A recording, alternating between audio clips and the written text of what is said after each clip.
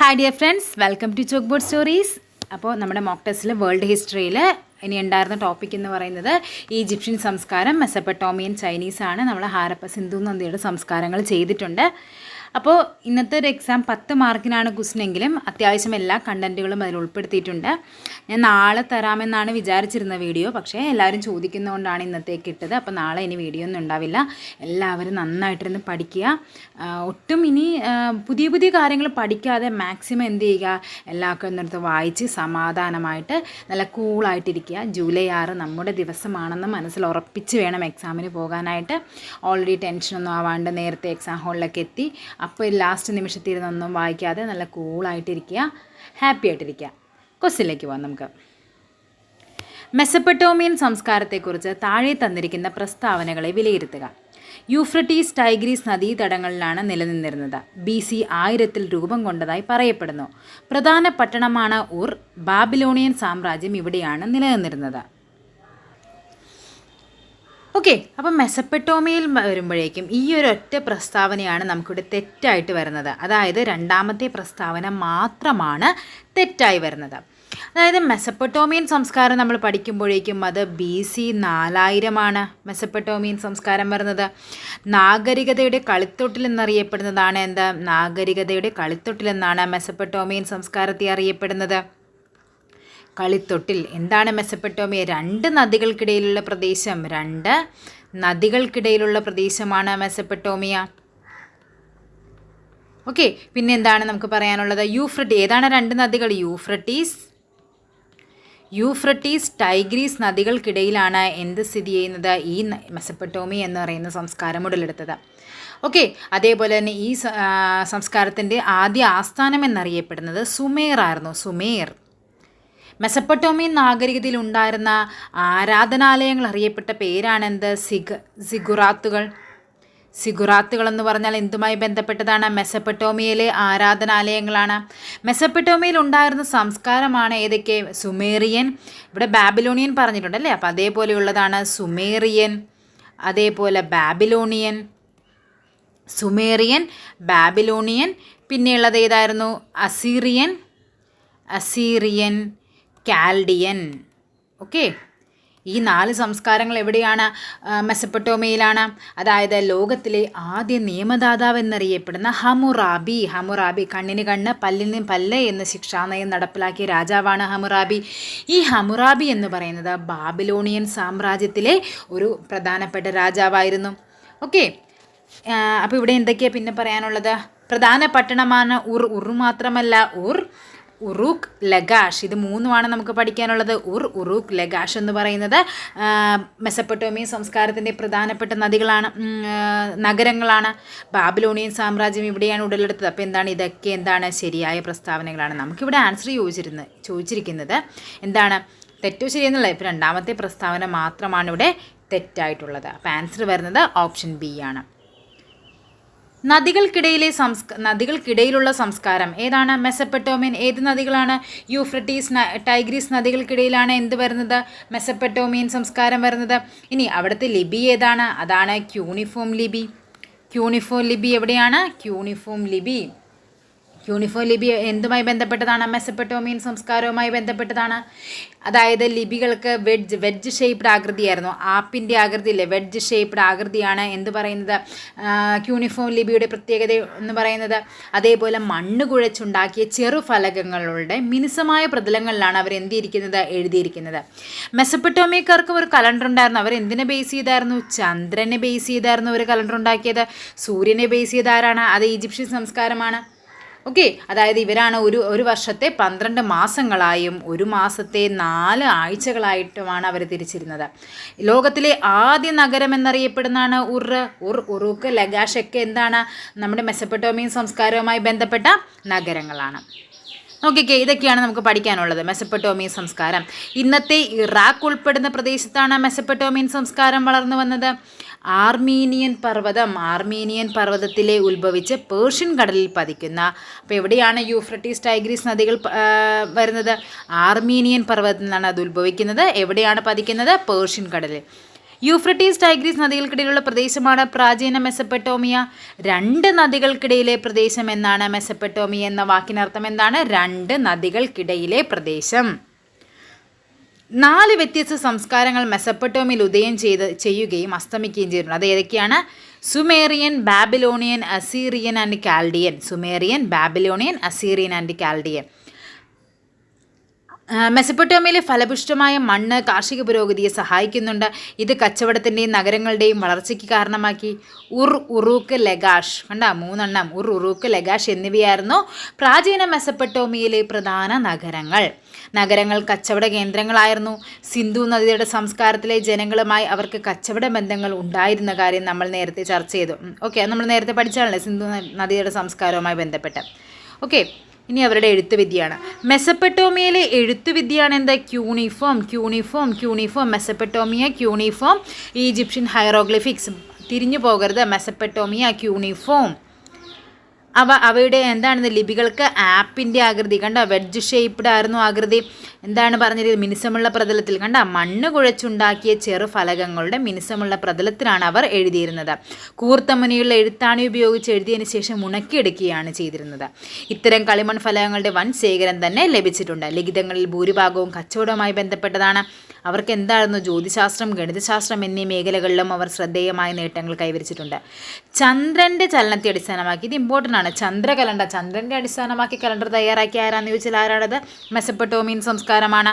അവരാണ് ഒരു വർഷത്തെ 12 മാസങ്ങളായും ഒരു മാസത്തെ 4 ആഴ്ചകളായും ഒരു ദിവസത്തെ 24 മണിക്കൂറായിട്ടും കണക്കാക്കിയിരുന്നത്. Okay, next.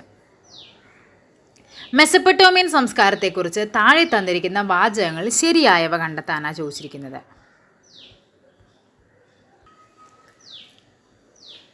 ടൈബർ നദീതടത്തിലാണ് ഈ സംസ്കാരം. ആണോ? അല്ല. എവിടെയാണ്? യൂഫ്രട്ടീസ് ടൈഗ്രീസ് നദികൾക്കിടയിലാണ് മെസപ്പൊട്ടേമിയൻ സംസ്കാരം ഉടലെടുത്തത്. 5 നദികൾക്കിടയിലുള്ള പ്രദേശം എന്നാണ് മെസപ്പൊട്ടേമിയ എന്ന വാക്കിനർത്ഥം. തെറ്റല്ലേ? എന്താണ്?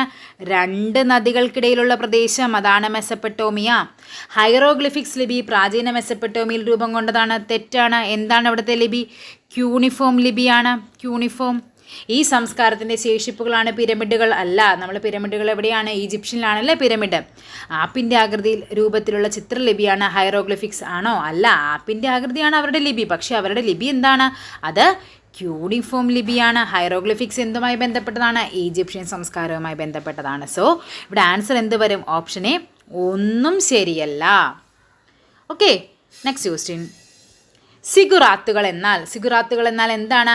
മെസപ്പൊട്ടേമിയയിലെ പ്രധാനപ്പെട്ട എന്താണ്? ദേവാലയ സമുച്ചയങ്ങളാണ് എന്തറിയപ്പെടുന്നത്? മെസപ്പൊട്ടേമിയൻ ദേവാലയ സമുച്ചയങ്ങളാണ് സിഗുറാത്തുകൾ.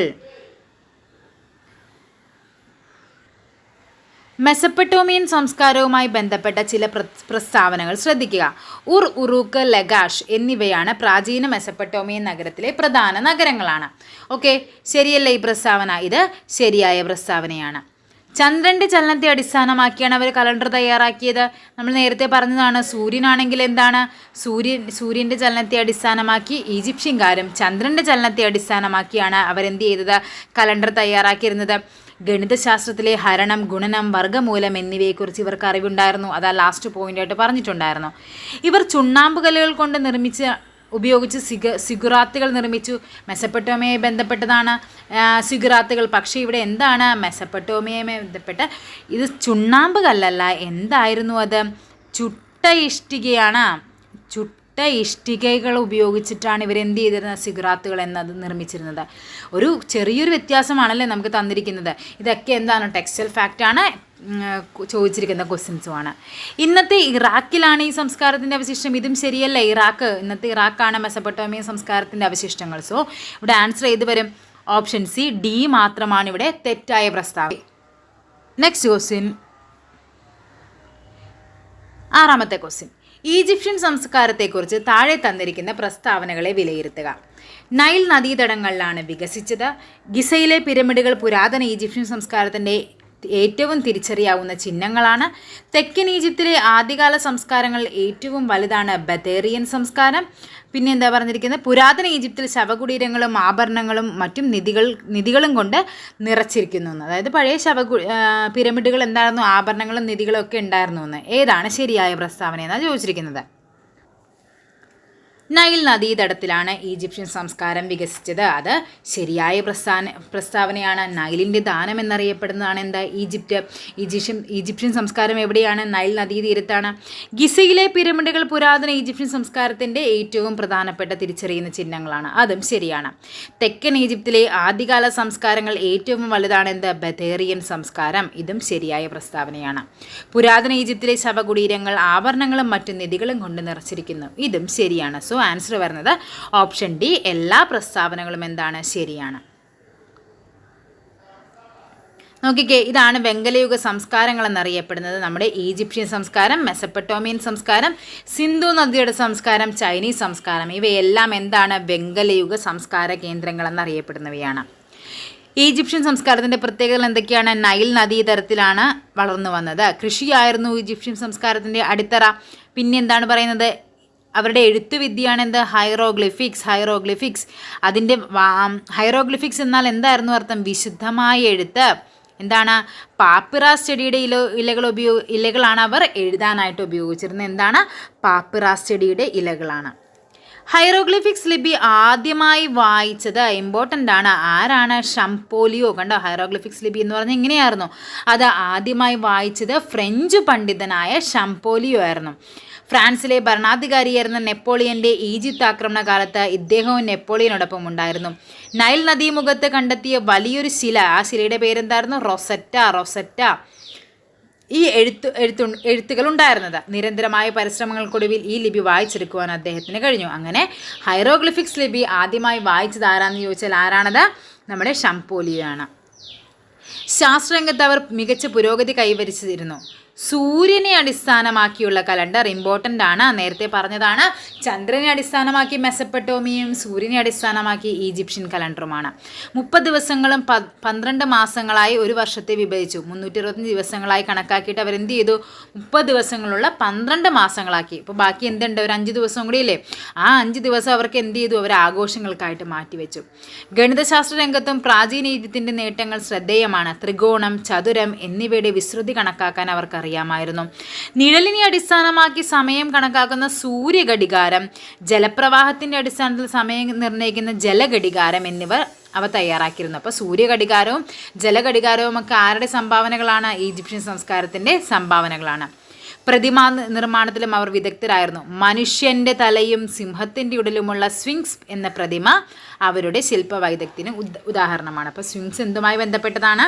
നമ്മുടെ ഈജിപ്ഷ്യൻ സംസ്കാരവുമായി ബന്ധപ്പെട്ടതാണ്. കണ്ടോ, ഇതായിരുന്നു ആ പ്രതിമ. മനുഷ്യൻ്റെ തലയും സിംഹത്തിൻ്റെ ഉടലുമുള്ള പ്രതിമയായിരുന്നു. അതെന്താണ്? ഈജിപ്ഷ്യൻ സംസ്കാരവുമായി ബന്ധപ്പെട്ടതാണ്. Next question. താഴെ തന്നിരിക്കുന്ന പ്രസ്താവനകൾ വായിക്കുക. മെസപ്പൊട്ടോമിയൻ, ഈജിപ്ഷ്യസ്, ചൈനീസ് എന്നീ സംസ്കാരങ്ങൾ പൊതുവെ വെങ്കലയുഗ സംസ്കാരങ്ങൾ എന്നറിയപ്പെട്ടു. ശരിയായ പ്രസ്താവനയാണ്. ഹൈറോഗ്ലിഫിക്സ് എന്നാൽ എന്താണ്? വിശുദ്ധമായ എഴുത്തെന്നാണ്. അതും ശരിയാണ്. ഹൈറോഗ്ലിഫിക്സ് ആദ്യമായി വായിച്ചത് ഹോവർഡ് കാർട്ടായിരുന്നു. പ്രാചീന ഈജിപ്ഷ്യൻ സംസ്കാരത്തിൻ്റെ ഭാഗമായാണ് സ്ഫിങ്സ് പ്രതിമ വന്നത്. ഇവിടെ നമ്മളോട് ചോദിച്ചിരിക്കുന്നത് തെറ്റ് കണ്ടെത്താനാണ് പറഞ്ഞിരിക്കുന്നത് അല്ലേ? നോക്കിക്കേ, ആരായിരുന്നു ഹൈറോഗ്ലിഫിക്സ് ലിപി ആദ്യമായി വായിച്ചത്? ഹോവാർഡ് കാർട്ടായിരുന്നോ? അല്ല, അത് ആരായിരുന്നു? ഷംപോലിയോ ആയിരുന്നു ഇത് ആദ്യമായിട്ട് വായിച്ചത്. സോ ഇതാണ് തെറ്റായത്. ഇനി പ്രാചീന ഈജിപ്ഷ്യൻ സംസ്കാരത്തിൻ്റെ ഭാഗമായാണ് സ്ഫിങ്സ് പ്രതിമ. ഇതും ശരിയാണ്. സോ തെറ്റായത് ഏതെന്ന് ചോദിച്ചാൽ ഏത് വരും ആൻസർ? ഓപ്ഷൻ സി 3 തെറ്റായ പ്രസ്താവന. Okay, next. കൺഫ്യൂഷനിസം എന്ന തത്വചിന്താധാര ഏത് സംസ്കാരവുമായി ബന്ധപ്പെട്ടതാണ്? കൺഫ്യൂഷനിസം അതേതാണ്? ചൈനീസ് സംസ്കാരവുമായി ബന്ധപ്പെട്ടതാണ് എന്ത്? കൺഫ്യൂഷനിസം. അതേപോലെ താവോയിസം, ഇവയ്ക്ക് എന്താണ്? ചൈനീസ് സംസ്കാരവുമായി ബന്ധപ്പെട്ടതാണ്. നോക്കാം നമുക്ക്. ഹൊയാങ്ഹോ നദീതടത്തിലാണ് ചൈനീസ് സംസ്കാരം വളർന്നു വന്നത്. ഇനി കൃഷിയായിരുന്നു ഈ സംസ്കാരത്തിൻ്റെ അടിത്തറ. നെയ്ത്ത്, മൺപാത്ര നിർമ്മാണം, പട്ടുവസ്ത്ര നിർമ്മാണം എന്നിവയിൽ വിദഗ്ധരായിരുന്നു. പുരാതന ചൈനയിലെ എഴുത്തുവിദ്യ നിലനിന്നിരുന്നു. അക്ഷരങ്ങൾക്ക് പകരം ചിത്രങ്ങൾ ഉപയോഗിച്ചാണ് അവർ എഴുതിയിരുന്നത്. പിൽക്കാലത്ത് ചിത്രങ്ങൾക്ക് പകരം എന്ത് വന്നു? ചിഹ്നങ്ങൾ വന്നു. പ്രാചീന മെസപ്പൊട്ടേമിയയിലെയും ഈജിപ്തിലെയും പോലെ പ്രാചീന ചൈനക്കാരും എന്ത് തയ്യാറാക്കിയിട്ടുണ്ടായിരുന്നു? കലണ്ടർ തയ്യാറാക്കിയിട്ടുണ്ടായിരുന്നു. അവർ തയ്യാറാക്കിയ കലണ്ടറിൽ ഒരു വർഷത്തിൽ 365 ദിവസമാണ് ഉണ്ടായിരുന്നത്. നദീതടങ്ങൾ കേന്ദ്രമാക്കി പ്രാചീന ലോകത്ത് വളർന്നു വന്ന ചില സംസ്കാരങ്ങളെക്കുറിച്ചാണ് നമ്മൾ ഇത് വേണ്ട. ഓക്കെ, ഇത്രയുമാണ് നമുക്ക് ചൈനീസ് സംസ്കാരത്തിൻ്റെ പറ്റി പഠിക്കാനുള്ളത്. എന്തൊക്കെയാണപ്പോൾ അവരുടെ മഞ്ഞ നദി എന്നറിയപ്പെടുന്നത് എന്താണെന്നറിയോ? മഞ്ഞ നദി. അതേപോലെ ചൈനയുടെ ദുഃഖം എന്നൊക്കെ അറിയപ്പെടുന്നത് ഈ ഹൊയാങ്ഹോ നദിയാണ്. ഹൊയാങ്ഹോ നദിയാണ് മഞ്ഞ നദി, ചൈനയുടെ ദുഃഖം എന്നൊക്കെ അറിയപ്പെടുന്നത്. അവരുടെ സംസ്കാരത്തിൻ്റെ അടിത്തറ എന്നറിയപ്പെടുന്നത് കൃഷിയും. അതേപോലെ അവിടെ വളർന്നു വന്നതാണ് എന്ത്? താവോയിസം. ഓക്കെ, പിന്നെന്താണ്? കൺഫ്യൂഷനിസം. ഇതെല്ലാം എവിടെ വളർന്നു വന്നതാണ്? ഇതെല്ലാം നമ്മുടെ ചൈനീസ് സംസ്കാരവുമായി ബന്ധപ്പെട്ടതാണ്. പ്രാചീന ചൈനയിൽ നിലനിന്നിരുന്ന മതങ്ങളാണ് എന്ത്? താവോയിസവും കൺഫ്യൂഷനിസവും ഒക്കെ. അതേപോലെ വടക്കു നോക്കി യന്ത്രം, കടലാസ്, വെടിമരുന്ന്, ഭൂകമ്പമാപിനി ഇതെല്ലാം എന്താണ്? ചൈനക്കാരുടെ സംഭാവനകളാണ്. ഓക്കെ,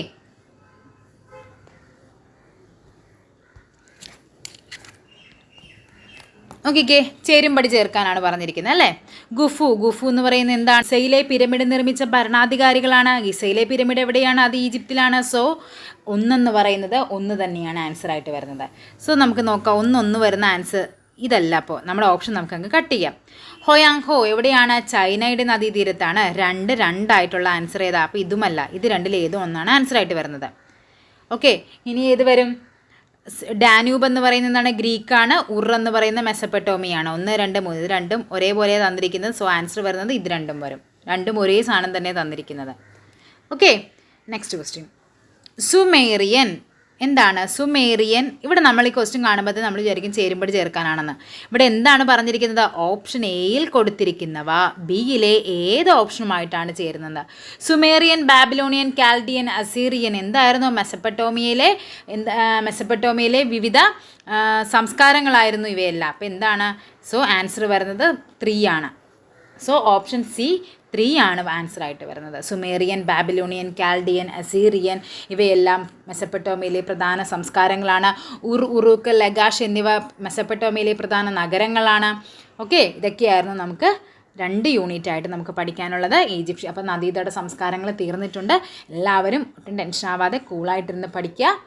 അപ്പോൾ നമുക്ക് ഇനി എക്സാം കഴിഞ്ഞിട്ട് കാണാം. അതുവരേക്കും താങ്ക് യു. എല്ലാവർക്കും ഓൾ ദ ബെസ്റ്റ്. നല്ല അടിപൊളിയായിട്ട് പോയി പഠിച്ച് നല്ല സെറ്റായിട്ട് പോയി എക്സാം എഴുതിയിട്ട് എന്തായാലും എക്സാം കഴിഞ്ഞ് വന്നിട്ട് എന്നെ എന്തായാലും നിങ്ങളുടെ വിശേഷങ്ങൾ എന്നെ അറിയിക്കണം. എക്സാം എങ്ങനെയുണ്ടായിരുന്നു എല്ലാ കാര്യങ്ങളും ഒന്നുകിൽ നമ്മുടെ ടെലഗ്രാം ഗ്രൂപ്പിൽ അറിയിക്കുക, അല്ലെങ്കിൽ ഏതെങ്കിലും വീഡിയോസിൻ്റെ കമൻ്റായിട്ടൊക്കെ രേഖപ്പെടുത്തുക.